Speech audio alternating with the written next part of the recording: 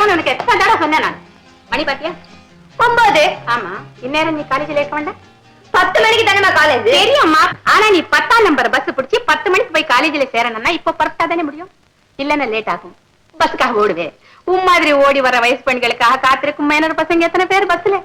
இப்படி வரணுமே, இடம் கொடுக்கணுமே, கொடுத்தாப்புல கொடுத்து ஒரு இடி இடிக்கணுமே, அப்புறம் சாரி சொல்லணுமே, என்னத்துக்குமே இதெல்லாம். அதுக்குதான் சீக்கிரம் புறப்படுங்கிற.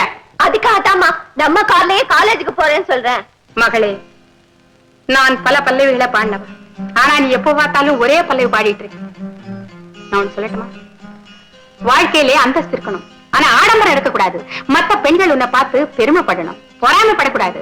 இத பாருமா, நான் உன்னை ஏன் பஸ்ல அனுப்புறேன்? என்னத்துக்காக அனுப்புறேன்? உனக்கு கஷ்டம் கொடுக்கறதுக்கா? நோ, நீ வாழ்க்கையை நல்லா புரிஞ்சுக்கணும்ன்றதுக்காக இந்த ட்ரைனிங் கொடுக்குறேம்மா. சாரிம்மா, இனிமே நான் கார் கேட்கவே மாட்டேன். ஆமாமா, இன்னொரு விஷயம் இப்பவே நான் சொல்லுறேன், கோச்சுக்க மாட்டீங்களே. என்னடி அது குண்டு போடுற? என்ன விஷயம் அது? வந்துமா சொல்லு.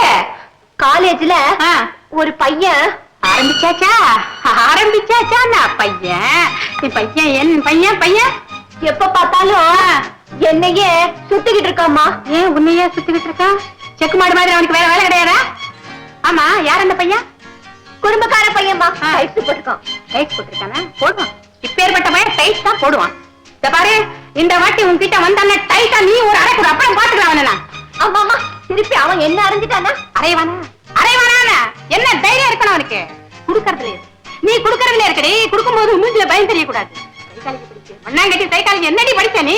இத பாரு, இனிமே எந்த பையன் கிட்ட வந்தாலும் ஒரே ஆள என் பேர் சொல்லு. நீ காலேஜில படிக்கிற, இந்த காதல் வீதல் விஷயத்துல ரொம்ப கேர்ஃபுல்லா இருக்கணும். ஏதாவது தப்பு தண்டா நடந்தது, நான் கச்சேரியில பிற்கா உதற மாதிரி உன்னை பிச்சு உதறிடுவேன். பாப்பா? சரிம்மா.